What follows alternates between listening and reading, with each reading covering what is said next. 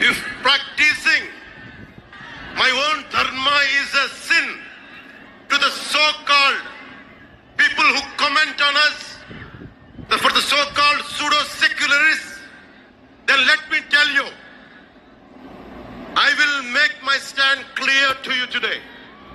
I am an unapologetic Sanatani Hindu. Why ashrams and gurus are being targeted?